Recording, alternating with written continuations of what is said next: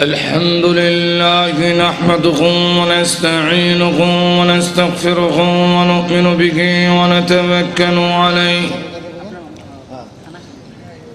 ونعوذ بالله من شرور أنفسنا ومن سيئات أعمالنا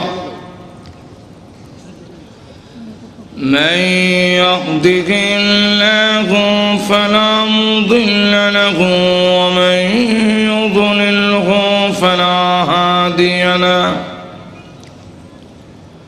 ونشهد أن لا إله إلا الله وحده لا شريك له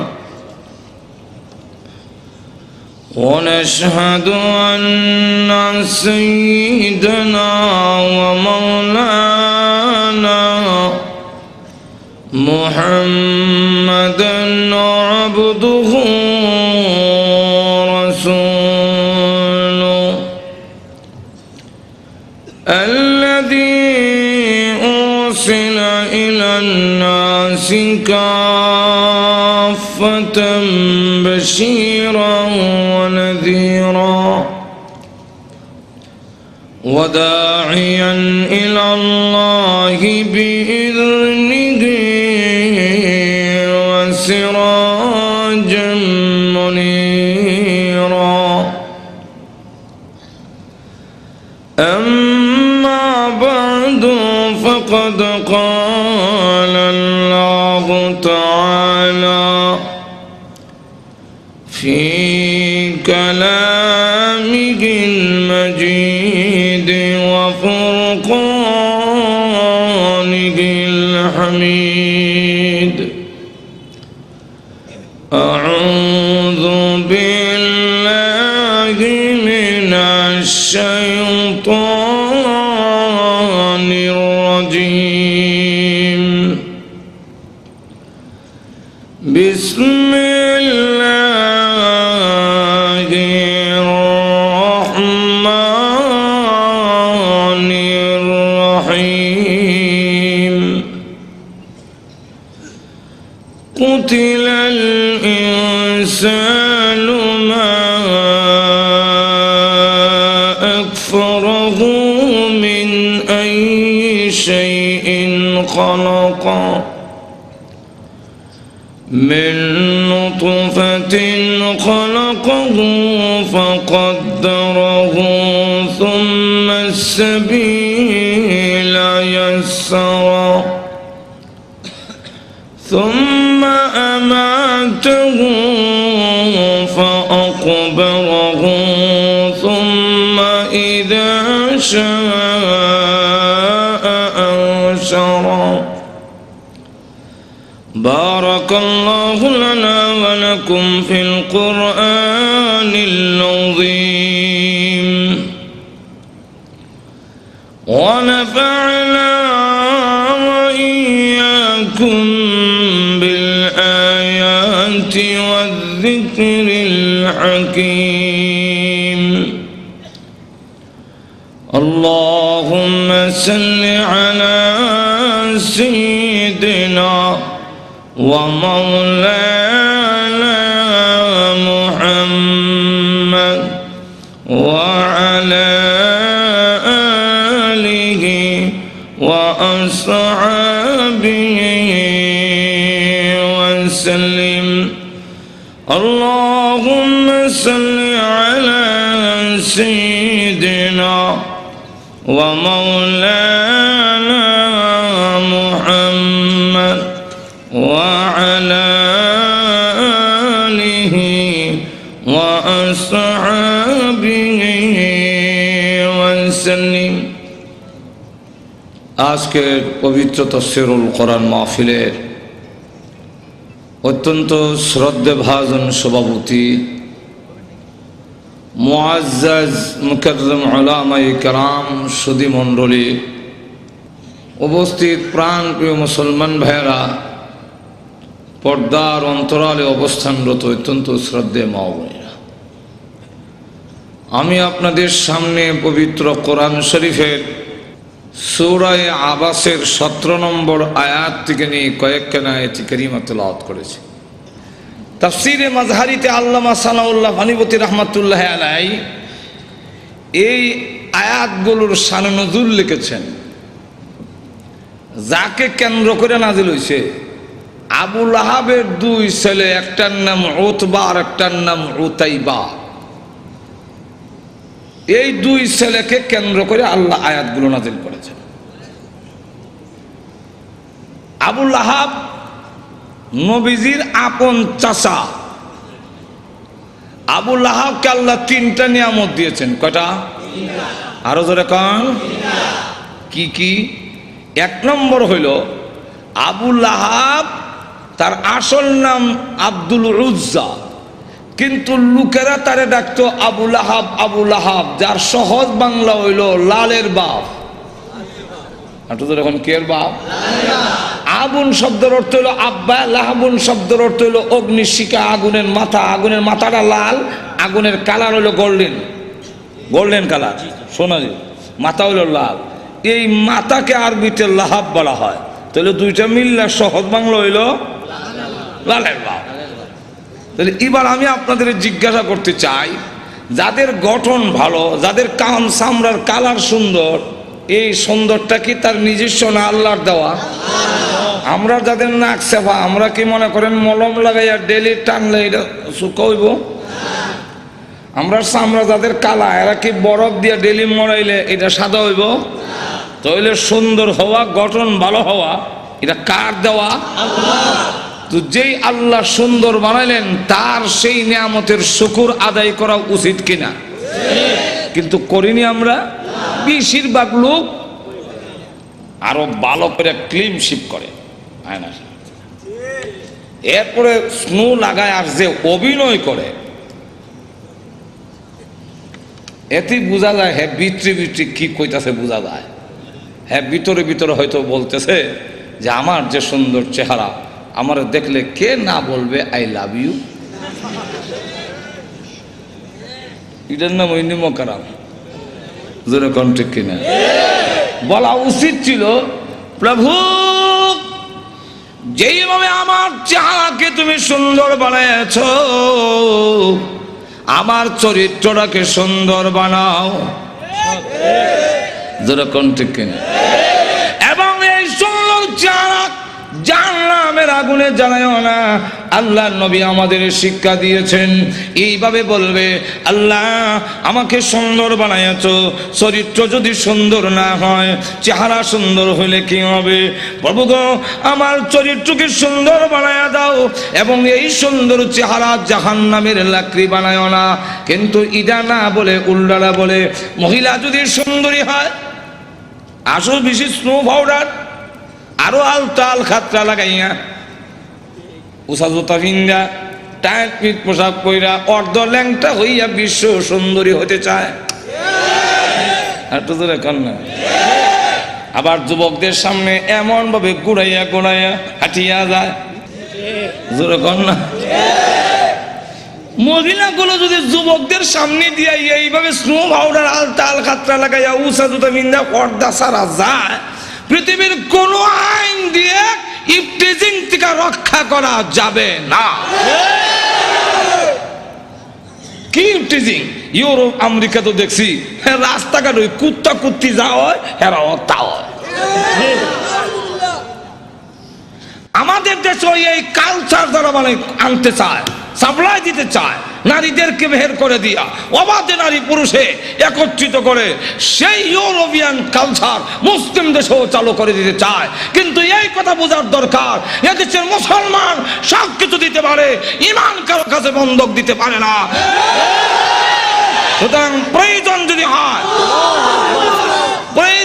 হয়, আমি আমার ইমান রক্ষার জন্য যা যা করার দরকার, এটা মুসলিম দেশ, এটা ইউরোপ নয়, এটা আমেরিকা নয়, এটা ব্রিটেন নয়, বাংলাদেশে ইউরোপিয়ান কালচার প্রতিষ্ঠা করা সম্ভব হবে না, হবে না।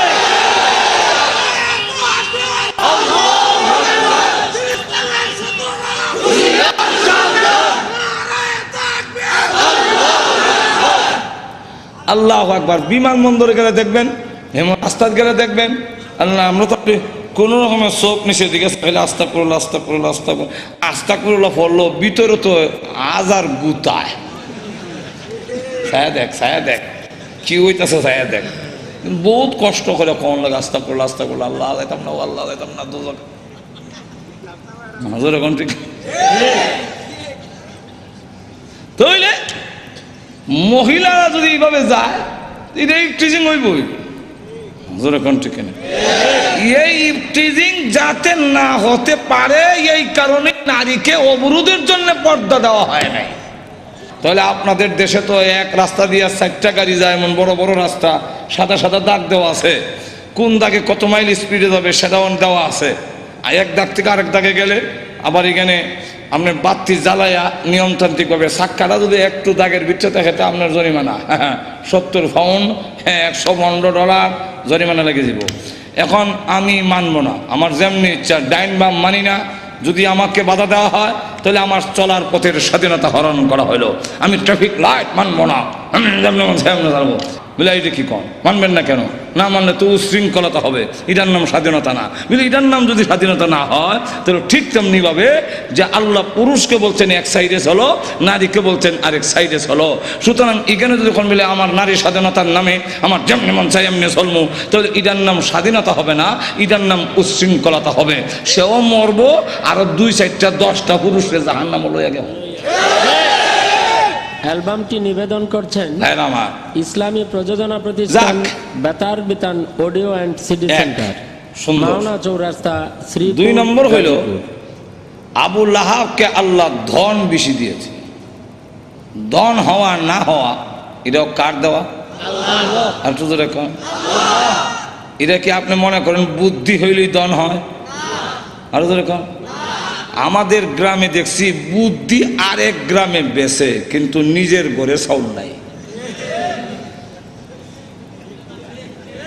আছে না এরকম? আরেক গ্রামে বুদ্ধি বেচে মানি সর্দারি করতে যায়, চাচা একটা ফ্যান ধরে দিয়েন, দিয়ে আমার কোনো জিতাই দিয়েন 5000 টাকা আপনার বকশিস, ঘুষ আর কি বকশিস।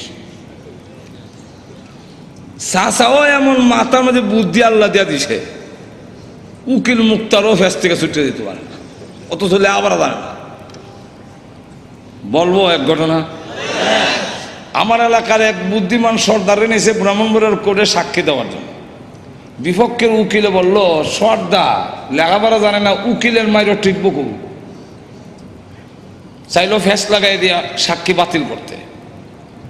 জিগাইল, সর্দার সাহেব আপনি যেখান থেকে ব্রাহ্মণবাড়িয়ার কোর্টে আসছে কত সময় লাগে?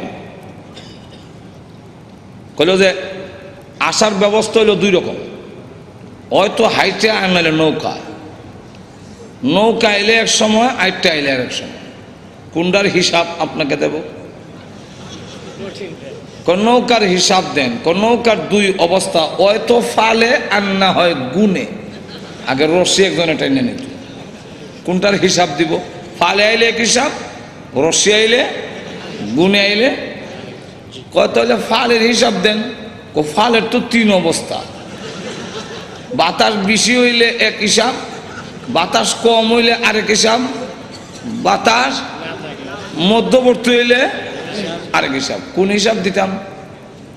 এমনি জজ সাহেব আয়সা দিয়া কয়, উকিল সাহেব আপনি রেখা দেন, আপনি কিয়ামতের আগেও ওনারে লাগাল হইবেন না। আপনি হইলেন ফইরা উকিল, আর এই লোক হলো কুদরতি উকিল। কুদরতি ভাবে তার মাথায় আল্লাহ ইমেদা। তাহলে এবার বলেন, বুদ্ধি হইলে দান, আর তোদের দান। আমরা দেশে কিছু লোক আছে বুদ্ধিজীবী। বুদ্ধিজীবী মানে বুদ্ধি খাটাইয়া বুদ্ধি বিক্রি করে যারা খায়, এরার নাম বুদ্ধিজীবী। যে বুদ্ধি দিয়ে আল্লাহ চিনে না, এটার নাম বুদ্ধিজীবী না, এটার নাম বুদ্ধিজীবী হইল ও বুদ্ধিজীবী। এরা আমরা দেখা বুদ্ধিজীবী, এই বুদ্ধিজীবীর অর্থ হইল বুদ্ধি খাটাইয়া খায়। কারণ আমরা দেশে যারা শ্রম করে খায় এদের কি বলা হয়? যারা মাছ বেচা খায় মৎস্যজীবী। যখন ঠিক কিনা, যারা নাকি শ্রম করে খায় এরা শ্রমজীবী, মাছ বেচা যারা খায় মৎস্যজীবী, যারা চাকরি করে খায় চাকরিজীবী, ঠিক তেমনি হবে যারা বুদ্ধি বেচ্ছা খায়। মন্দির ঘুমাই গেছেন কিটা? চাকরিজীবী, মৎস্যজীবী আর এই বুদ্ধি খাটাইয়া খাইলেই তাদের আমরা বুদ্ধিজীবী বলি না, এরকম বুদ্ধি খাটাইয়া বিলাইও খায় তো বিলাইও বুদ্ধিজীবী। কেমনে? আপনার মাছবাজি বেগম সব কইরা ডাংনা দিয়া তৈরিছে, দরজা বন্ধ, উপর দিয়া যে রাস্তা আছে, বিড়াল কিন্তু ওইটাতে ঢুকছে, ঢুকা ঘরের ভিতর ঢুককে এসে এটা হামলা দেয় না, একটু অপেক্ষা করে মাথা ঘুরাইয়া দেহে আমার আগমনের ঠার পাইল কিনা।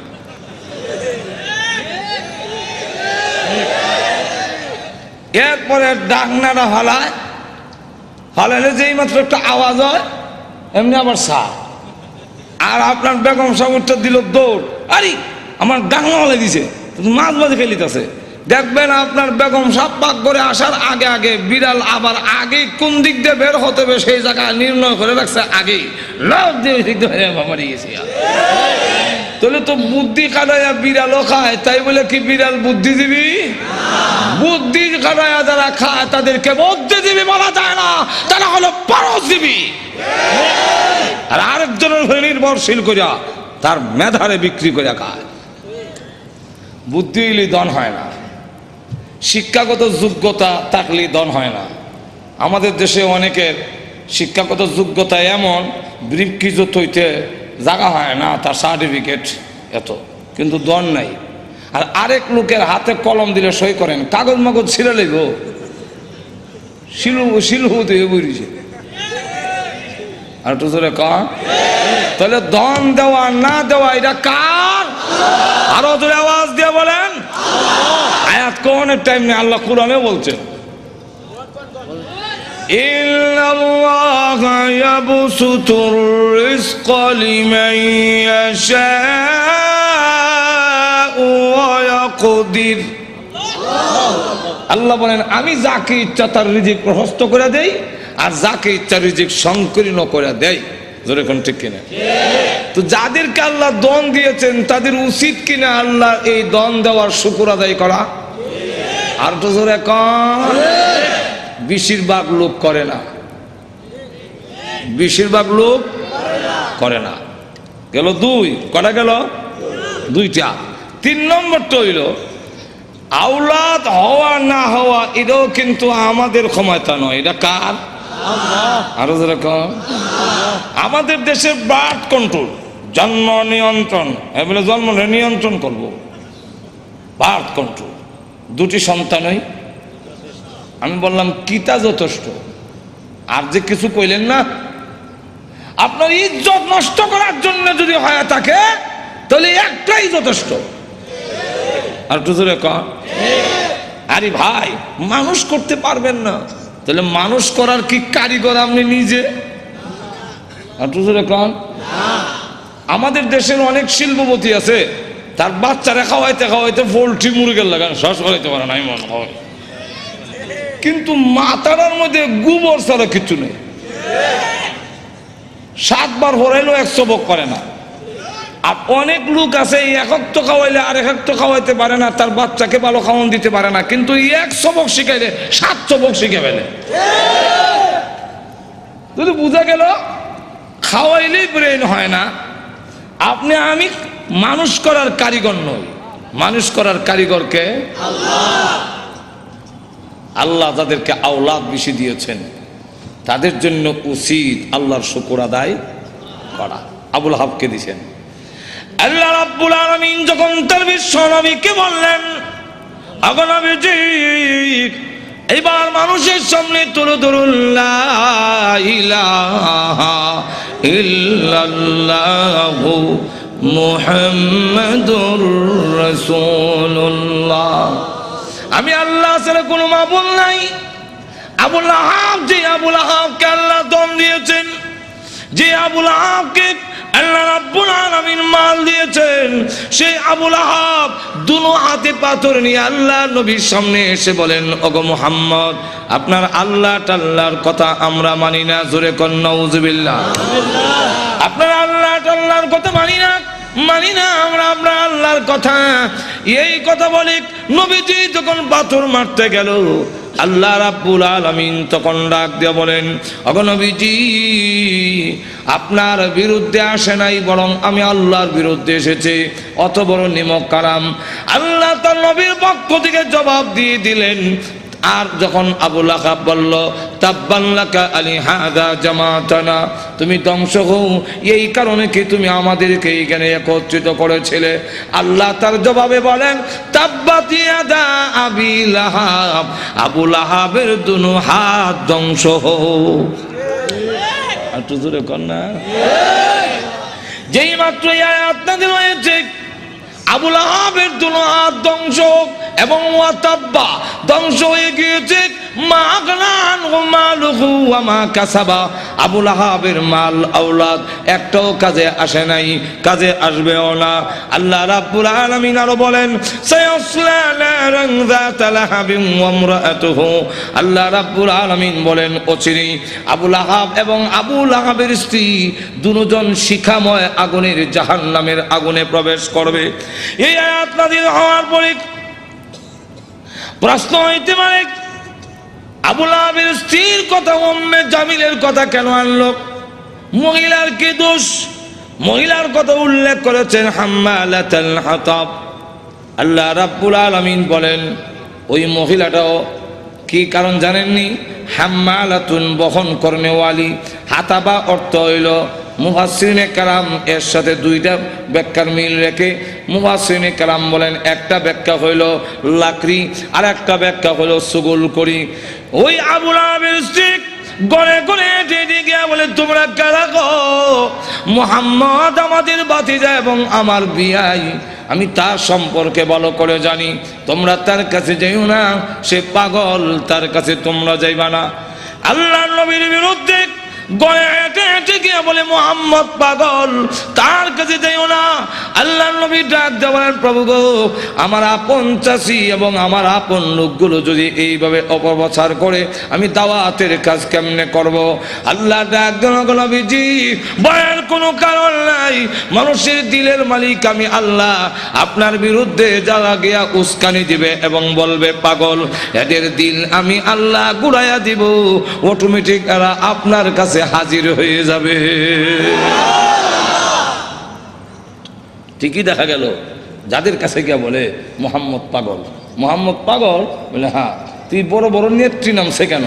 নেত্রী নামছে কেন? এতে বোঝা যায় পাগল ও ছোট পাগল না, অনেক বড় পাগল, অসাধারণ পাগল। চলো একটু পাগলটা দেখে আসি। পাগল দেখতে এসে দেখা দেখে আল্লাহ নবীর নুরানি চেহারা এত সুন্দর, খানায় কাবার সামনে দাঁড়ায় কোরআন শরীফ পড়ে, নবীজির চেহারার আলোতে কাবা ঘরের দেওয়াল আলোকিত হয়ে গেছে। না, এই সুন্দর চেহারার লোক কোনোদিন পাগল হতে পারে না। আবার কি জানে পড়ে একটু শুনি। নবীজির কোরআন তেলাওয়াত এত মধুর তেলাওয়াত, শুনি না না, এই তেলাওয়াত কোনো পাগলের হইতে والشمس وضحاها والقمر إذا تلاها والنهار إذا جلاها والليل إذا يغشاها। পিছন থেকে তারা কর, এই লোক কোনোদিন পাগল হতে পারে না, তিনি আল্লাহর পয়গম্বর, কালিমা পড়ে মুসলমান হয়ে গেছে। তো উম্মে জামিল সে বদনাম করে আল্লাহর নবীর বিরুদ্ধে এবং লাকড়ি এনে প্রতিবন্ধকতা সৃষ্টি করে যখন বাধা দেয়, এই অবস্থায় আল্লাহ রাব্বুল আলামিন বলেন, আবু লাহাবের স্ত্রীও জাহান্নামের ভিতরে প্রবেশ করবে। যেই মাত্র এই আয়াত নাজিল হয়েছে, তখন আবু লাহাবের স্ত্রীও হাতের মধ্যে পাথর নিয়ে কোমর কাপড় বেঁধে রসুলের উপরে হামলা করার জন্যে খানায় কাবার দিকে যখন ধাবিত হচ্ছে, আবু বকর সিদ্দিক বলেন, ইয়া রাসূলুল্লাহ, ওই দেখেন আপনার চাষিও বিয়াইও উম্মে জামিল হাতের মধ্যে পাথর, কোমরের মধ্যে কাপড় বান্ধা, এতে বোঝা যায় মহিলা হামলা করবে। একজন মহিলা যদি হামলা করে ইজ্জত আর তাহে কই অগণবীজি। আবার উনি আপনার মুরব্বী, ওনার ধাক্কা দেওয়া তো যাবে না। আর মহিলা তো এমন এক জিনিস, এমন বিপজ্জনক, ধাক্কা যদি দেন ফিরে বের লেগে বিপদটা তো আপনার উপর পড়বে। আমার তো এমন লক্ষ্য করে দেখেন, উম্মে জামিল সে পাথর লেগে গেছে, রসুলকে মারবে। কেমন হাওয়া! আবু বকর সিদ্দিক বলেন অসুবিধা হইতেছে না তো? আরো অসুবিধা হইতেছে, শেষ করে দেন। আমার লক্ষ্য করে দেখুন, পাথর নিয়ে আল্লাহর নবীকে মারার জন্য যখন গিয়েছে, আবু বকর সিদ্দিক রাদিয়াল্লাহু আনহু বলেন, নবী গো, আপনার চাচি এবং বিয়াই পাথর নিয়ে আসতেছে, এমন কি করি? নবীজি ডাক দিলেন, আবু বকর, চিন্তার কোনো কারণ নাই, আমি মহান আল্লাহর কোরআন পড়ব, মহান আল্লাহ আমার হেফাজত করবেন। এই বলে রসুল আরম্ভ করে দিয়েছেন, ইয়াসিন ওয়াল কুরআনিল হাকীম।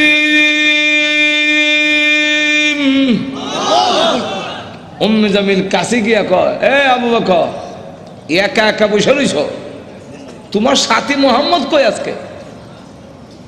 আবু বকর সিদ্দিক রাদিয়াল্লাহু আনহু বলেন, আমি দেখি আমার পাশে বইয়া কোরআন শরীফ পড়তেছে, নবী দেখতেছি আর কানে শুনতেছি। মহিলা জিগায়, মোহাম্মদ কো? তা তো বোঝা যায় দেখে না, দেখে না যেমন আমি কইলাম কি? উম্মে জামিল হুমকি দেয়, তার ভাগ্য ভালো, তার কপাল ভালো, পাইলাম না, লুকাইয়ে গেছে, লুকাইয়ে গেছে, পাইলাম না, হ্যাঁ ভাগ্য ভালো। আর না হ্যাঁ আন্দাজ পাইছে না, আমার ডাবল হওয়ার মানে দেশ যারা চালায়, এক সর্দারের বউ আমি, আরেক সর্দারের কন্যা। আবু জাহেল আমার বাপ, আবু লাহাব আমার স্বামী, হাড্ডি ভেঙে ফেলবো। ডাবল হওয়ার কেমন হইল? সব তোর ভেঙে কোয়া যায় না, বিপদ তো আছে। আমার ডাবল হওয়ার পাইলাম না, তার ভাগ্য বালা। আবু বকর সিদ্দিক বলেন, আমি দেখি তুই দেখস না হিরো, বুঝলাম না। নিবেদন করছেন ইসলামী প্রযোজনা প্রতিষ্ঠান Betar Bitan audio and CD সে যখন চলে গেল, আবু বকর সিদ্দিক বলেন, হুজুর আমি দেখি, সে দেখলো না কেন? আল্লাহর নবী বলেন, আবু বকর তুমি কি কোরআন শরীফ পড়ো না? আল্লাহ রাব্বুল আলামিন আগে আমাকে জানায়া দিয়েছেন, وَإِذَا قَرَأْتَ الْقُرْآنَ جَعَلْنَا بَيْنَكَ وَبَيْنَ الَّذِينَ يُؤْمِنُونَ بِالْآخِرَةِ حِجَابًا مَسْتُورًا।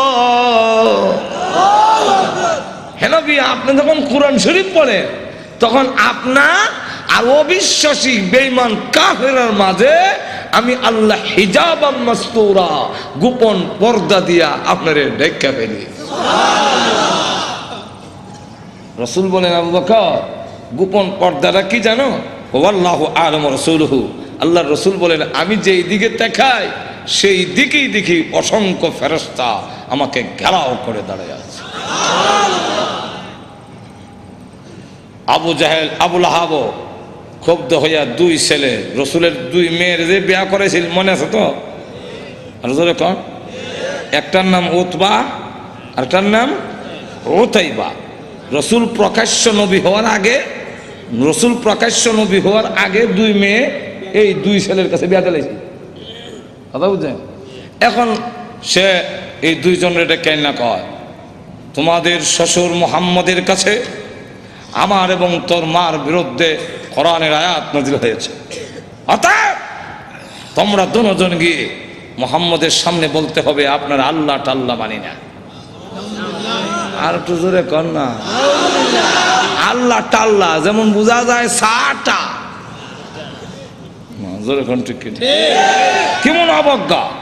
অবজ্ঞা কেমন চিন্তা করেন, নিমক আরাম কারে কয়, যেরকম ঠিক না ও গিয়া বলবি আল্লাহ টাল্লা মানি না, আর মোহাম্মদের 2 মেয়েকে তালাক দিয়ে আসতে হবে, আর না হয় আমি মনে করব তোমরা আমার অবাধ্য, আর আমার অবাধ্য হইলে যে কিছু পাইবা না, এটা তো বুঝো। যেমন বাপ ইমুন ফুলা, এটা তো বলার দরকার ছিল। আপনার কথা না মানলে অবাধ্য, আর আল্লাহর কথা না মানলে আর বড় অবাধ্য, যেরকম ঠিক কিনা। আপনার কথা না মানলে আপনার সম্পত্তি থেকে বঞ্চিত হব, আর আল্লাহর কথা না মানলে, নবীর কথা না মানলে জান্নাত থেকে বঞ্চিত হব। অনেক সাহাবীরা তো এরকম করছেন যে বাড়িঘর ছাড়তে রাজি, কিন্তু আল্লাহ রসুল ছাড়তে একটু জোরে কর না।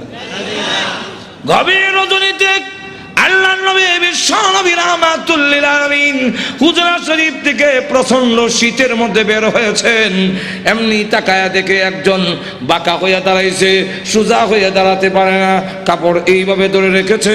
দাঁড়ায় বলেন আসসালাতু ওয়াসসালামু আলাইকা ইয়া রাসূলুল্লাহ। আল্লাহ নবী বলেন, কে রে তুমি এত গভীর রজনীতে আমাকে সালাম দিচ্ছ? আল্লাহ নবী যেই মাত্র জিজ্ঞাসা করলেন, উনি ডাকতে, হুজুর আপনি কি আমাকে চিনতে পারেন নাই? আমি আব্দুল্লাহ। আল্লাহর নবী বলেন, কোন আব্দুল্লাহ? ওগো নবীজি, কিছুদিন আগে ইসলাম ধর্ম গ্রহণ করেছি, আমার নাম ছিল আব্দুল উজ্জা, আমি আপনার নামটা পরিবর্তন করে আব্দুল্লাহ রেখেছেন, আমি সেই আব্দুল্লাহ। বলেন, আমার আব্দুল্লাহ তো ধনী বাপ চাচা, তার বাপ চাচা ধনী ব্যবসায়ীর ছেলে, সকাল বিকাল কাপড় পরিবর্তন করে আসতো। আজকে তো দেখা যায় গায়ে কাপড় নাই, একটা কাপড়ের টুকরা পরিধান করা, সোজা হয়ে দাঁড়াতে পারে না, তার লজ্জাস্থান খালি হয়ে যায়, হাত দিয়ে ধরে রাখছে কোন রকমের কাপড়ের টুকরা। আল্লাহর নবী বলেন, আমার আব্দুল্লাহর এই অবস্থা কেন? শীতের মধ্যে তরতর করে কাঁপতেছে, কিন্তু কোনো কথা বলে না, কোনো ডাক দেয় না। নবী গো, অপেক্ষায় বসে আছি, কোন সময় আপনি বের হবেন। আপনার নুরানি চেহারা যদি এক নজর দেখতে পারি, তাহলে আমার অন্তরে আর কোনো দুঃখ থাকবে না। আল্লাহর নবী বলেন, কি হলো তোমার এই অবস্থা কেন? আব্দুল্লাহ, হুজুর আপনার দরবারে কেন আসা যাওয়া করি? আমার চাচা আমাকে বলেছেন বাড়ি ছেড়ে দিতে হবে, আর না হয় মুহাম্মদের দরবার ছেড়ে দিতে হবে। নবী গো, আমি ঘোষণা দিয়েছি, প্রয়োজন বুঝে আপনার বাড়ি কেন তামাম পৃথিবী ছেড়ে দিতে পারি, কিন্তু একটি মুহূর্তের জন্য বিশ্ব নবীর দরবার আমি ছাড়তে পারবো না। আপনারা যে আমাকে বাড়ির থেকে বের করে দিয়েছে, বের হওয়ার সময় বললো কাপড় চোপড় গুলো দিয়ে যাও, এগুলো তো আমাদের। উদ্দেশ্য হইল আমি উলঙ্গ হয়ে গেলে এটা যাব না, লজ্জায় তখন করে বসে থাকবো, আপনার দরবারে আসবো না। আমি তখন আমার চাচাকে জানিয়ে দিলাম, ওগো চাচা, কাপড় হারাতে পারি, ইজ্জত সম্মান হারাতে পারি, আমি সর্বহারা হতে পারি, কিন্তু আল্লাহর কসম ঈমান হারা এক মুহূর্তের জন্য হতে পারবো না। হ্যাঁ দাদা, আজকে যদি শরমের আর ইজ্জতের বয়ে কাপড়ের জন্যে আমি ঈমান হারা হয়ে যাই, মৃত্যুর পরে কবর থেকে উলঙ্গ হয়ে আল্লাহর দরবারে উঠব, উলঙ্গ অবস্থায় জাহান্নামের মধ্যে দেওয়া হবে। আল্লাহর নবী আমার কাপড় চোপড় গুলো রেখে দিয়েছে, আমি আমার মার সামনে দাঁড়ায় বললাম, মা গো, আমার মা একটা কাপড় দেন না, আমি আমার লজ্জাস্থান রেখে বিশ্ব নবীর দরবারে যাব। ওগো মা, একটা নজর যদি আল্লাহর নবীকে দেখতে পারি, তাহলে আমার মনে আর কোনো ব্যথা থাকবে না। এই বলে হুজুর আমার মা একটা কাপড় দিয়েছেন, কোন রকমে লজ্জাস্থান রেখে আপনার হুজুরের সামনে এসে বসে আছি। কোন সময় আপনি বের হবেন, আপনার চেহারা মুবারক একটা নজর দেখার জন্য বসে আছি। নবীজি তার করুণ কাহিনী শুনে বিশ্ব নবী পর্যন্ত চোখের পানি রাখতে পারলেন। আল্লাহ নবী ডাক দিয়ে বলেন, আব্দুল্লাহ আমার ঘরে আয়, হুজুরের শরীফে আয়, এই নে আমার ব্যবহারের 2 খান কাপড় তোরে দান করলাম। নবীজির দুইখানা কাপড় ব্যবহারের কাপড়ের দাম আছে না নাই? এরপর থেকে আব্দুল্লাহ জুল বাগাদাইন হয়ে গেল। খালি আব্দুল্লাহ না, এমন টাইটেল লাগছে। আল্লাহ নবী আব্দুল্লাহ বল, তোর কোনো আকাঙ্ক্ষা আছে নি? আব্দুল্লাহ হুজুর, দুনিয়ার কোনো আকাঙ্ক্ষা নাই, আপনার কাছে আমার একটা দরখাস্ত। নবীজি, আপনি বলেছেন শাহাদাতের মরণ হইলে মরণের কষ্ট হয় না। আপনি বলেছেন শাহাদাতের মরণ হইলে কবর গেলে মুনকার নাকির আসে না। আপনি বলেছেন শহীদ হয়ে মরলে কিয়ামতের মাঠে কোনো হিসাব কিতাব হবে না, বিনা হিসাবে জান্নাতে যাবে। তাই আমার দরখাস্ত, ওগো নবীজি, আপনি আল্লাহর কাছে বলুন আমার শাহাদাতের কামনা যেন মহান আল্লাহ কবুল করে নেন। নবীজি দোয়া করে দিলেন। দোয়া রসুলের দোয়া, হাত উঠাইতে দেরি আর তো কবুল হইতে। আল্লাহ নবী বিশ্ব নবী রাহমাতুল লিল আলামিন দোয়া করে দিলেন। এখন আব্দুল্লাহর জন্য দোয়া কেমন কবুল হয়ে গেছে। তবুকের যুদ্ধে গেলেন, কিন্তু তবুকের যুদ্ধটা হইল না। ফিরে আসবেন, আব্দুল্লাহ রাস্তার মধ্যে অসুস্থ হয়ে গেলেন, সেখানে তিনি ইন্তেকাল করলেন। আল্লাহ নবী ঘোষণা দিয়েছেন, আল্লাহর রাস্তায় যখন মানুষ বের হয়ে যায়, রাস্তায় মারা গেল শাহাদাতের সওয়াব তাকে দেওয়া হয়। আমার আব্দুল্লাহকে গোসল দাও, কাফন পরাও, আমি নিজে জানাজার নামাজ পড়াবো। নবীজি নিজে জানাজার নামাজ পড়াইয়া লাশ যখন কবরের দিকে নিয়ে যায়, নবীজি পিছনে পিছনে যায়। কবরের পার গেলে পড়ে ডাক দিয়ে বলে, সাহাবীরা রে, কেউ কবরে নামবে না, আমি তার কবরে নামবো। নবীজি আব্দুল্লাহ রাদিয়াল্লাহু আনহুর কবরে নামে দুই কান হাত উপর দিকে বাড়ায় দিয়ে বলেন, রে আব্দুল্লাহ, সাহাবীরা দে লাশটা আমার হাতে দে। দে আমার আব্দুল্লাহর লাশ আমার কোলে ছেড়ে দে। নবীজির কোলে ছেড়ে দিলে নবীজি এইভাবে লাশটা উপর দিকে উঠাইয়া আকাশের দিকে তাকায় বলে, আল্লাহ, আমি আব্দুল্লাহর প্রতি খুশি, তুমিও খুশি হয়ে যাও।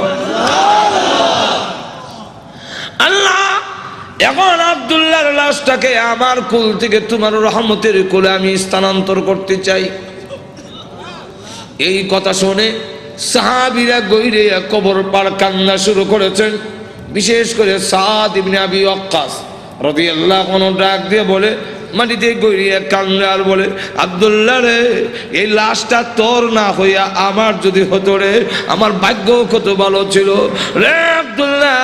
এই লাশ তোর না হইয়া আমার যদি হতো, যেখানে আল্লাহর নবী বলতেছেন, আল্লাহ আমি খুশি, মেহেরবানি করে তুমিও আমার আব্দুল্লাহর প্রতি খুশি হয়ে যাও। ভাই আমার লক্ষ্য করে দেখুন, এইভাবে অনেক ঘটনা সারা রাত বললেও তো শেষ হবে না।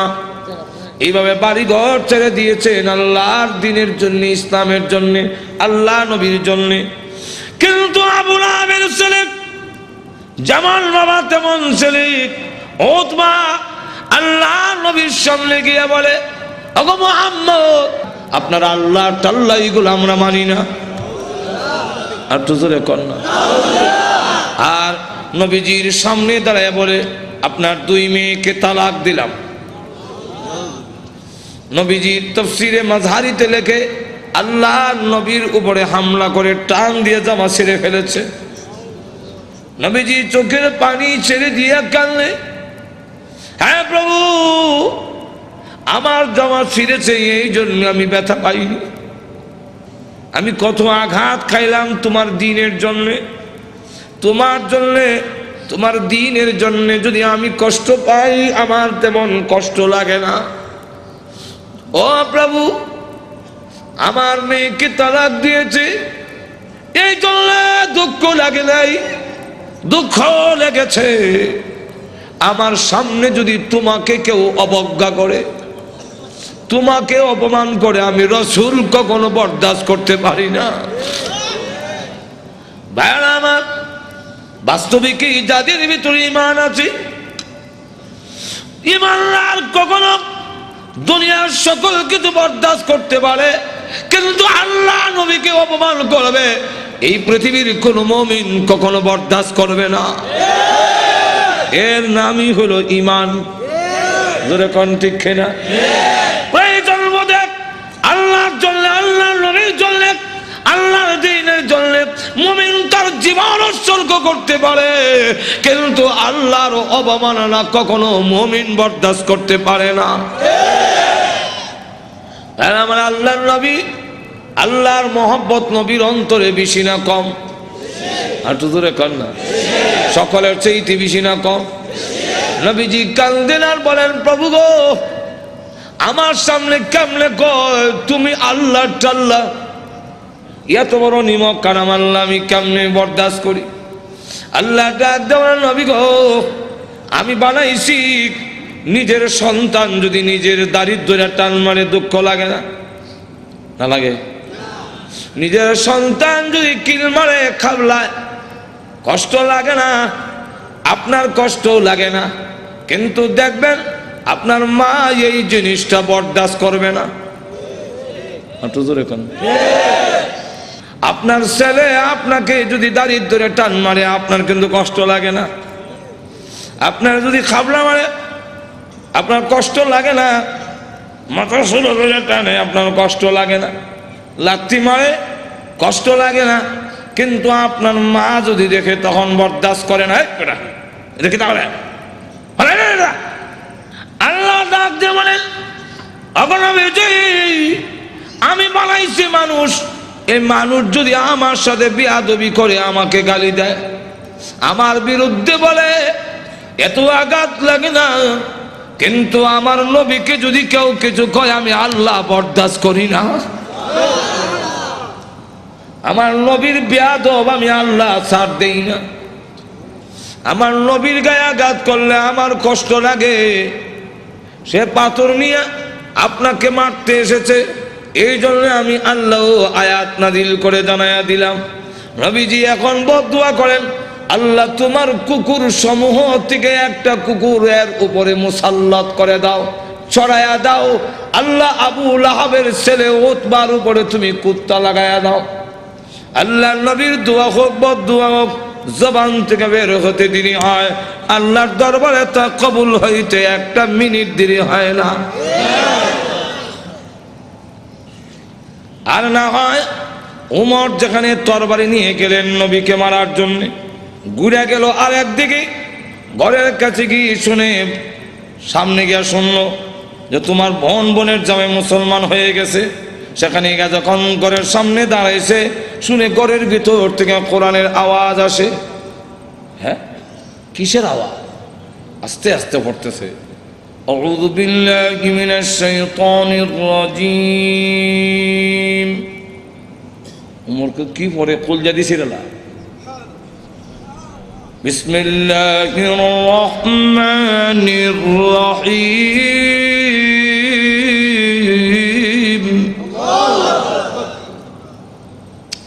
এই গরকে আওয়াজ হইনা ফাতেমা কাহা আজরাইল আইছে, দরজা খুলছে। আর ফরায় যে হযরত খাব্বাব রাদিয়াল্লাহু, তিনি দরজার আড়ে লুকাইয়া গিয়া আল্লাহ লা ইলাহা ইল্লাল্লাহ সুবহানাকা ইন্নী। বোন এবং বোনের জামাইরে তো একবারে মারবে না, উমর তো আমারও দুই টুকরা করে নেব, তরবারি আতই আছে। দরজার আড়ে লুকাইয়া খালি খতমে ইউনূস পড়ে। উমর ঢুকা তার বোন রে দিল এক থাপ্পড়, বোনের জামাইরে থাপ্পড় খাইয়া উল্টে গিয়ে পড়ছে। বোন বাধা দিয়ে আমার স্বামীরে মারো কেন? দিলাম তোরা একটা। বোন যখন থাপ্পড় খাইছে, কানের পর্দা ফেটে গেছে। বোন তখন কয়, শোনো, তুমি যেমন খাত্তাবের ছেলে, আমিও খাত্তাবের মেয়ে। তুমি জানো না ইমান এমন এক জিনিস, এটার মধ্যে যত চাপ দেওয়া যায় অত এটার স্প্রিড। ইমানদার এমন এক জিনিস, এটার যত গুতা দিব অত ভালো উঠবো। গুতা দিত না ঘুমাইত না। ঠিক ঠিক। চিড়িয়াখানা গেছে, দেখে চিড়িয়াখানা এক বেটা গিয়া দেখে ফিঞ্জিরের ভিতরে রড দিয়া বাঘ তো আটকাইতেছে, দেখছেন না?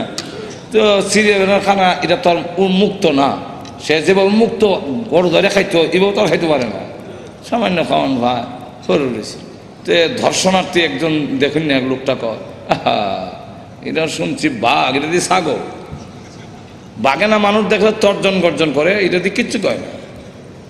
তো দিছে সাথী দেখ গুতা অ্যালবামটি নিবেদন করছেন খাওয়ান ঠিক ভাই হয় না ইসলামী করে রইছিলাম প্রযোজনা প্রতিষ্ঠান তোমার কি তা বেতার গুড়া বিতান কি মেরে অডিও কামড়া অ্যান্ড সিডি সেন্টার। মোর গুতা দেশ করে জানোস না ভাগ গুতা দিলে হালটা উঠবো, যেমন গুতা দিছে এমনি কয় হাক হাক করে দেন খালিছে এখন জুতা মুজা হাতে ফালাই এটা দিছে দো জোরে কোন ঠিক কিনা। ফাতেমা ডাক দেখো ভাই তুমি যে আমার চট দিছে মনে করছো আমি বন্ধ হয়ে যাবো? সুস্পষ্ট করে বলে দেই, সত্য ধর্ম গ্রহণ করছি, মারতে পারো, জীবন গেল ছাড়তাম না। এখন কয় হেই এটা নিয়ম। মানুষ যখন দিনের উপরে ইসলামের উপরে অটল অচল থাকে তখন তারা আল্লাহ সাহায্য আসে, আর যারা নির্যাতন করে হেরার দিলের মধ্যে আল্লাহ ডর ঢুকাইয়া দেয়। উমর কয় ইয়া তো মারলাম তো সামলাইতাম পারি না, কি পড়ছি রে দেখো না, তোমাকে দেওয়া যাবে না। বলে কেন? এটা কোরআনের অংশ। ইন্নাহু লাকুরআনুন কারীম ফি কিতাবিম মাকনুন লা ইয়ামাসসুহু ইল্লাল মুতাহহারুন।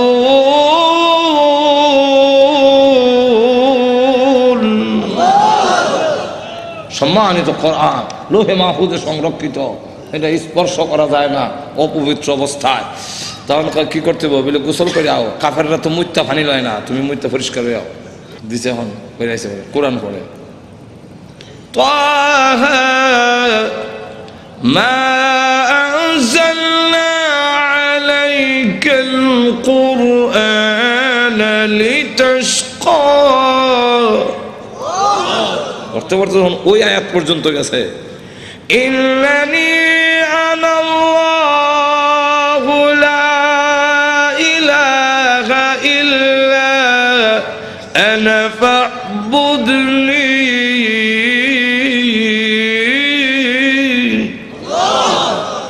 দেখে চোখ থেকে পানি নহর চালু হয়েছে। এমনি ডাক দেখা বোন আমার মোহাম্মদের দরবারে নিয়ে আসল। তো পর্দার আড়ালে যিনি লুকাই আছিল দরজার আড়ালে, মনে আছে তো? ঘটনা কোনটা আমার উদ্দেশ্য না, ঘটনা করলে তো এইটার মধ্যে 1 ঘন্টা দেবো। ঘটনা হওয়া উদ্দেশ্য না, উদ্দেশ্যটা হইল ওই কথাটা বুঝে পেলে গা দরজার আড়াল থেকে এমনি কয় আর লুকাই থেকে লাভ নাই। এখন বুঝে লেছি উমর মারতো না। তো সংবাদটা আমি আগে দিলাই, কারো সুসংবাদ আগে দিতে একটা মনের মধ্যে একটা আনন্দ পাওয়া যায়। তো আমি আগে দিলাই, এমনি দরজার বাইরে থেকে আড়াল থেকে বেরিয়ে কয় হ্যাঁ মা, তাদেরকে কোরআন শরীফ আমি পড়াইছিলাম। আচ্ছা, তো আপনাকে সুসংবাদটা দেওয়ার জন্য বেরিয়েছে, কারণ লুকাই আসলাম। কি সুসংবাদ? বলে দারুল আরকাম গোপন ঘাঁটি, যেখানে দিন প্রচার করা হয় লুকাই লুকাই এখান থেকে, এটার নাম ছিল দারুল আরকাম। এই দারুল আরকামে গত রাত্রে আমি বিশ্ব নবীকে দোয়া করতে শুনছি। আল্লাহ রসুল বলছেন আল্লাহুম্মা আইজ্জিল ইসলামা বি আহাদিল উমরাইন। আল্লাহ 2টা উমর থেকে একটা উমর ইসলামের ভিতরে এনে ইসলামের শক্তিশালী করে দাও। একটা হলো উমর ইবনুল খাত্তাব, আর একটা হলো উমর ইবনে হিশাম, যার টাইটেল হলো আবু জেহেল। আগে আসলে আবুল হেকম, এরও নাম উমর, আর এই আমিরুল মুমিনিন উনার নামও উমর। আল্লাহ রসুল বলে এই 2টা উমর থেকে একটা উমর আমারে দাও। আল্লাহ রাব্বুল আলামিন মনে হয় গত রাত্রের রসুলের দোয়াটা তোমার বেলায় কবুল হয়ে গেছে। কথাটা বুঝলেন তো? রসুল দোয়া করতে দেরি হয়, বোধ দোয়া এরকম। তো এই অবস্থায় দোয়া যখন বোধ দোয়া হোক আর দোয়া হোক কবুল হয়ে যায়, রসুল যখন কইয়া দিলেন কুকুর সমূহ থেকে একটা কুকুর সরাইয়া দাও, এখন দেখেন কি হয়। আবু লাহাবের ছেলে উতবা, সে সিরিয়ার থেকে ব্যবসায়ী কাফেলা নিয়ে আসতেছে। রাস্তার এক জায়গার মধ্যে বিশ্রামের জন্যে তাদের গমের বস্তা, খেজুরের বস্তা তৈছে। এমনি দেখে পাহাড়ের টিলার মধ্যে একটা ভাগ বৈশা, খালি মাথা ঘুরাইয়া আবু লাহাবের ছেলে উতবারে ভালো করে দেখে, যেমন বোঝা যায় গোয়েন্দা অফিসার আসামি দেখতেছে। এমনি সে ডাক দিয়া কয় ও আমার সাথীরা, ভাগ যেইভাবে আমার দিকে চায় এতে বোঝা যায় মুহাম্মদের বদদুয়া কবুল হয়ে গেছে। তো রসুল তো বলছিলেন কুকুর, এখন তো বাঘ, তো উল্টা দি না, উল্টা না, রসুল কুকুর দিয়া বাঘই বুঝাইছেন, হেরাও বুঝছে। এর কারণ রসুল বাঘ কইয়া কুকুর কইয়া কুত্তা বুঝাইলেন কেমনে? কুকুর মানে বাঘ, বাঘ মানে কুকুর, দুইটার একটা মিল আছে। কি মিল? চতুষ্পদ জানোয়ারের মধ্যে কুত্তা হাও আলগি দিয়া হিসাব করে, আর বাঘও হাও আলগি দিয়া হিসাব করে। তাহলে মুতায় মুতায় দুইটার একটা মিল আছে। হাইওয়াতুল হাইওয়ান নামক কিতাবের মধ্যে এই ইয়েটা দিচ্ছেন, কথা বুঝছেন? এখন আসুন, তাহলে দেখা গেল এই অবস্থায় সকলে আপনি আমাদের ছেলে, সর্দারের ছেলে, আপনার সিকিউরিটির ব্যবস্থা আমরা করব। আপনি ভয় পাচ্ছেন কেন? সিকিউরিটি তারা করবো। সিকিউরিটি কত সিকিউরিটি বন্ধ করলে খারাপ হিসেবে দেয়, লোক নাই, মানুষ নাই, গেল এরকম বহুত ঘটনা। আটো জোর এখন না, গজব আসবার হইলে ফিরাইতে পারে না। এখন দেখা গেল সিকিউরিটি দিব, তখন তারা সব গমের বস্তা, বুঝলেননি, আর খেজুরের বস্তা একখানে একত্রিত করে একটা উঁচা পাহাড়ের টিলার মতো, মানে সেখানে জায়গা করে দিয়ে বলেন আপনি সেখানে ঘুমান, আমরা নিচেরে ঘুমাবো। বাঘের নিয়ম হইল আগে যারে পায় তারে খায়, তা আমাদেরকে খেয়ে না মেরে খাবে, এর আগে তো না, ঘুমান। মানুষ সব ঘুমাইছে, হ্যাঁ ও নাক ডাকা। যখন নাক ডাকা আরম্ভ হয়েছে, বাঘে কয় আমার যাওয়ার টাইম হয়েছে। আল্লাহ যাইবার আগে গন্ধটা তোর নাকও ফিট করে দেয়, এই গন্ধে যারে পাবি তারে ধরবি, উল্টা পাল্টা ধরিস না। বাঘ গিয়া যতটুকু ঘুমাইছে সবটুকু চেক করে, কারণ প্রত্যেকের শরীরে আলাদা একটা ছোট সময় বাইসাব যখন কোথায় গেঞ্জি রান রে, আমার গেঞ্জি রানিচ্ছেন, এখন কোন গেঞ্জি আব্বার কোনটা বাইসাব বুঝতাম কেমনি, আর নিলে থাপ্পড় খামু, উল্টা পাল্টা নিলে তো নাকও লাগাইতাম, হ্যাঁ নাকও লাগাই বুঝতাম এটা আব্বার গেঞ্জি, এটা বাইসাব গেঞ্জি, গন্ধের শরীরে একটা গন্ধ আছে না। তো বাঘে গিয়ে সবচেয়ে চেক করে, গন্ধ তো মিলে না, আমার আসামি কো, মাথা ঘুরাইয়া দেখে বস্তার ঘুরে একটা ঘুমায় নাক ডাকাইতেছে।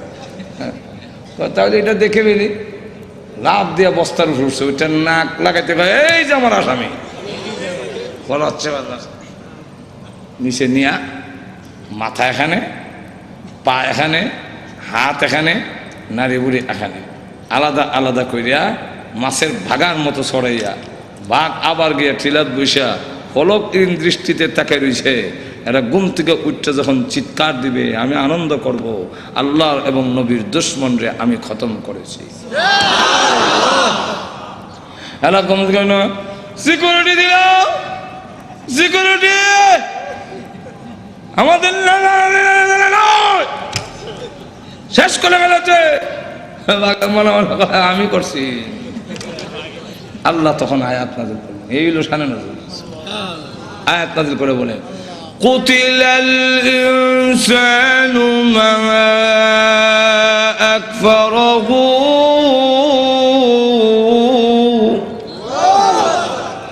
মানুষ ধ্বংস ধ্বংস হয়েছে নি, আর তো জোরে কম রক্ষা করতে পারছে?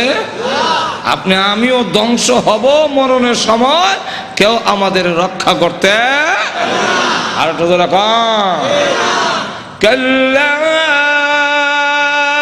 ইযা বালাগাতিত তারাকিয়া ওয়া কিলা মান রাক,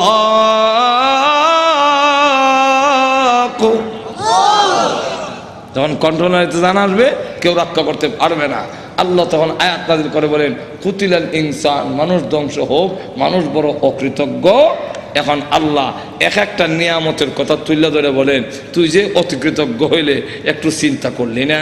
মিন আইয়ি শাইইন খালাকা, তুই কিসের তৈরি, তোরে কি দিয়ে বানানো হইলো? এটার জবাব আমরা দিতে পারবো না, কারণ আমি জানি না তুই কি দিয়ে বানিয়েছেন। এর লাগে আল্লাহ নিজেই জবাব দিয়েছেন, মিন নুতফা, নাফাক পানি দিয়ে বানাইছি, যেটা অত্যন্ত ঘৃণিত। আমি আল্লাহ এত সুন্দর করে তোরে বানাইলাম, আবার বানাইছি যে খালাকাহু ফা কাদ্দারাহু, কাদ্দারা ইউকাদ্দিরু, এটার দুইটা ব্যাখ্যা। একটা ব্যাখ্যা হইল তোমাকে এইভাবে বানাইলাম, গরু ছাগল এইভাবে না, তোমারে কুদরতি স্প্রিং দিয়ে জায়গায় জায়গায়, মানে কুদরতি স্প্রিং জোরে কোন ঠিক কিনা? কুদরতি স্প্রিং। এরপরে গরু এমনি লড়াই করে, জোরে কোন ঠিক কিনা? কিন্তু মানুষ, তুমি সেলুনে গেছো চুল কাটবা, ডাইন দিকে বামে বামে বুঝছে, জোরে কোন ঠিক না? ঠিক না? মানুষ তোর মাথা এইভাবে ঘুরাইবার মতো এই যে কুদরতি স্প্রিং দিয়ে তোরে বানাইলাম আল্লাহ। গরু কিন্তু এই ঠ্যাং ভাঙ্গিয়া পেশাব করতে পারে না, তোর আডু ভাঙতে পারো, তোর সব ভাঙতে পারো, কুদরতি স্প্রিং জায়গায় জায়গায় দিয়া আমি আল্লাহ এমনভাবে বানাইলাম। আবার তুমি যখন বস্তা লইবা মাথা, তখন রড থেকে আরো শক্ত। জোরে কোন ঠিক না? ঠিক না? খালাকাহু ফাকাদ্দারাহু। আর একটা কাদ্দারার ব্যাখ্যা হইল কাদ্দারা ইউকাদ্দিরু তাকদীরান। এর অর্থ হলো তুই অত হতাশ হওয়ার দরকার নাই, অত পেরেশান হওয়ার দরকার নাই, সুদে ঘুষে খাওয়ার দরকার নাই। তোমার কপালও তোমাকে জন্মের 50,000 বছর আগে কপাল লেখা কয়টা দোকানের মালিক অবি এটার লেখকেই তোকে দুনিয়াতে পাঠাইছি। যার বাস্তব প্রমাণ, যার বাস্তব প্রমাণ কপালে যদি না থাকে, বিদেশি ডিগ্রি থাকলেও বাংলাদেশের এমপি হতে পারে না, এমন ঘটনা বাংলাদেশও আছে। এমন শিক্ষিত লোক আছে যে আরেক দেশও গিয়ে পড়ায়, বিদেশ গিয়ে পড়ায়, এমন বড় ব্যারিস্টার আছে বাংলাদেশও, কিন্তু বুট পায় না। আর জোরে কন্যা, বাংলাদেশে এমন ঘটনাও আছে উচ্চ শিক্ষিত, অত উচ্চ ডিগ্রি নাই, কিন্তু বাংলাদেশ সরকার প্রধান হয়েছেন। কেন হয়েছে? এটা কপালও লেখা। জোরে কোন ঠিক না? ঠিক না? আর এটা ওই তালনাকে লেগে অত বড় ব্যারিস্টার হইয়া সংবিধান রচনা করিয়া ওই তো পারে না খেরে কোন না হওয়ার কারণ হলো এর কপালও এমপি লেখা নাই। জোরে কোন ঠিক কিনা? আল্লাহ তাই বলেন, এক একটা নিয়ামত উল্লেখ করে আমাদেরকে বুঝাইছেন, নিমক হারাম হইও না। আল্লাহ আমাদের সকলকে তৌফিক দান করুন। সকলে বলেন আমিন। ওয়া আখিরু দাওয়ানা আলহামদুলিল্লাহি রাব্বিল আলামিন। দোয়া হয়ে যাবে নুজুলের রহমতের সময়। আজকে বৃহস্পতিবার দিন গিয়া রাত, শুক্রবারের রাত, এই রাতটার দাম সব কদরের রাতের সমতুল্য। আল্লাহুম্মা সাল্লি আলা সাইয়্যিদিনা আলহামদুলিল্লাহ। ربنا ظلمنا أنفسنا وإن لم تغفر لنا وترحمنا لنكونن من الخاسرين. ربنا اغفر لنا ولوالدينا رب ارحمهما كما ربياني صغيرا. رب ارحمهما كما ربياني صغيرا. رب العالمين तमाम জীবনের গুনার বোঝা মাথায় নিয়ে আসামির বেশে, অপরাধীর বেশে, বিক্ষোভ কাঙ্গালের মতো আলেম উলামা নিয়ে, সাদা দাড়িওয়ালা মুরব্বী নিয়ে, নওজোয়ান ভাইদেরকে নিয়ে, মাসুম বাচ্চা নিয়ে, পর্দার আড়ালের নেককার মা বোনদেরকে নিয়ে আমি গুনাহগার তোমার সেই দরবারে হাত বাড়াইলাম। মেহেরবানি করে গো জিন্দেগির গুনাহ মাফ করে দাও। আল্লাহ জানি না আজকের এই মোনাজাত কার জন্য জীবনের শেষ মোনাজাত। কত মানুষ ঘুমায় আর উঠে না, কত মানুষ ঘর থেকে বের হয় আর ঘরে ফিরে আসে না। আল্লাহ জানি না কার জন্য কাপড়ের কাপড় দোকানে জমা হয়ে গেছে। আল্লাহ মৃত্যু আসার আগে আগে আমাদের তুমি মাফ করে দাও। তুমি যদি মাফ না করো বলো না আমরা কোথায় যাব, কার কাছে? আমাদের তো যাইবার আর কোনো জায়গা না। আল্লাহ আমরা যে যে উদ্দেশ্যে তুলেছি প্রত্যেকের নেক আশা পূরণ করে দাও। আমাদের মধ্যে যারা অসুস্থ বেমারে আছেন তুমি শিফা করে দাও। আল্লাহ আমাদের সন্তানগুলোকে নামাজি দিনদার পরেজগার বানায়া দাও। আল্লাহ আজকের এই মাহফিলের আয়োজন যারা করেছেন, শোনার জন্য যারা এসেছেন, সাহায্য সহযোগিতা যারা করেছেন, আল্লাহ সকলের জন্য এই মাহফিল কিয়ামতের মাঠে নাজাতের ওসিলা বানায়া দিও। আল্লাহ যে মসজিদের নির্মাণের কাজ আরম্ভ করা হয়েছে এই মসজিদে তুমি কবুল করো। আল্লাহ তোমার নবী বিশ্ব নবী রাহমাতুল লিল আলামিনের অত্যন্ত আদরের স্ত্রী হযরত আয়েশা সিদ্দিকা রাদিয়াল্লাহু আনহার নামে আল্লাহ এই মসজিদ তুমি কবুল করে নাও, সকলের জন্য নাজাতের উসিলা বানায়া দাও। যত জরুরত আছে, প্রয়োজন আছে, তোমার গায়বী খাজানা থেকে পুরা করে দাও রব্বুল আলামিন। আল্লাহ অনেক পরীক্ষার্থী আছেন, আল্লাহ পরীক্ষায় আল্লাহ কামিয়াব হওয়ার ব্যবস্থা করে দাও। আল্লাহ পরীক্ষার মধ্যে উত্তীর্ণ হওয়ার ব্যবস্থা করে দাও। আল্লাহ আমাদের পক্ষ থেকে আল্লাহ কোটি দরুদ আর সালাম সোনার মদিনা পৌঁছিয়ে দাও। আল্লাহ যত মুমিন মুমিনাত কবরে ঘুমাইয়াছেন, সকলের কবরের আযাব মাফ করে দাও। এই এলাকার মাটির নিচে যত মুর্দা ঘুমাইয়া আমাদের মুখের দিকে হাতের দিকে তাকিয়ে আছেন, মেহেরবানি করে সকলের কবরের আযাব মাফ করে দাও। বিশেষ করে আমরা রাত বাড়াইলাম, জানি না গো কার মা নাই কার আব্বা নাই, আল্লাহ মার কথা বলতে পারি না, কত লাথি মার কলিজায় মারছি, কত রাত গেল আমি আমার মাকে ঘুমাইতে দেই নাই। আল্লাহ গভীর রাত্রে বাড়িতে গিয়ে উঠানে পা রেখে দেখতাম, কারো গলে আলো দেখা যায় না, কিন্তু আমার মার ঘরে এখনো আলো দেখা যায়। মার সন্তানের জন্য ঘুমায় না। আল্লাহ অনেক বছর হয়েছে মা কবরে ঘুমায় আছেন, কোন অবস্থায় আছে তা তো জানি না গো আল্লাহ। এই জুম্মার রাত্রিতে আল্লাহ রহমত নাজিল হওয়ার সময় আমি গুনাহগার হাত বাড়াইলাম, আল্লাহ মার কবরে আযাব দিও না, আল্লাহ মার কবরে আযাব দিও না, আল্লাহ আব্বার কবরে আযাব দিও না। যে আব্বা ভালো জিনিস খাইলো না, ভালো কাপড় পরলো না, টাকা খরচ হয়ে যাবে, সবকিছু রেখে দিয়ে শূন্য হাতে ওই গুরুস্থানের ভাঙ্গা কবরে গোবায় আছে। যার বাড়ি দিয়ে আমি বাড়িওয়ালা, যার ঘর দিয়ে আমি ঘরওয়ালা, যার ক্ষেত দিয়ে আমি ক্ষেতওয়ালা, যার জমিন দিয়ে আমি জমিওয়ালা হইলাম, আল্লাহ ওই আব্বাদের নাই ও আব্বার কবরে আযাব দিও না। মা বাবার কবরকে জান্নাতের বাগান বানায়া দাও।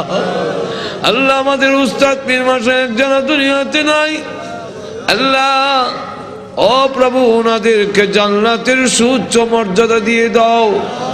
আল্লাহ আমাদের উস্তাদ পীর মাশায়েখ যারা হক্কানি উলামায়ে কেরাম দুনিয়াতে আছেন, বালিয়ার পীর সাহেব সহ, আল্লাহ ওনাদেরকে হায়াতে তাইয়্যিবা দান করো। আয় আল্লাহ আমাদেরকে মক্কা মদিনা বারবার জিয়ারত করার তৌফিক দাও। আল্লাহ স্বপ্নের যুগে তোমার নবীজির নুরানি চেহারাখানা দেখায়া দিও। আল্লাহ আমাদেরকে যেদিন মরণ দাও ঈমানের সাথে মরণ দিও, বেঈমান বানায়া কবরে নিও না। আল্লাহ প্রভু হ্যাঁ, আমাদেরকে গাড়ির নিচে বানাইয়া বেইজ্জত করে রাস্তাঘাটে মাইরো না, আগুনে পোড়াইয়া পানিতে ডুবাইয়া মাইরো না। আল্লাহ ক্যান্সার দিও না, আল্লাহ এইডসের মতো মহামারী দিও না, হার্ট বাল কিডনি নষ্ট করে দিও না, ব্রেন জবান নষ্ট করে দিও না, প্যারালাইসিস দিয়ে বিছনায় ফেলে রেখে রেখে মরণ দিও না। আল্লাহ যেদিন মরণ দাও গো জুম্মার দিনে নামাজের সেজদার মধ্যে মালাকুল মউত পাঠাইয়া দিও। আল্লাহ বিশ্ব নবীর তুবাইলে আমাদের দোয়া কবুল করে নাও, বিশ্ব নবীর উসিলায় আমাদের দোয়া কবুল করে নাও। আয় আল্লাহ তাআলা আজকের এই মাহফিলে আমাদের খালি বিদায় করে দিও না। দুনিয়াতে দেখেছি জুম্মার দিনে কোনো ফকির ধনীর দরজায় গেলে ধনীরা খালি বিরত দেয় না। আল্লাহ জুম্মার রাত্রিতে তোমার দরবারে হাজির হয়েছে গো আল্লাহ, আমাদেরকে তুমি খালি বিদায় করে দিও না।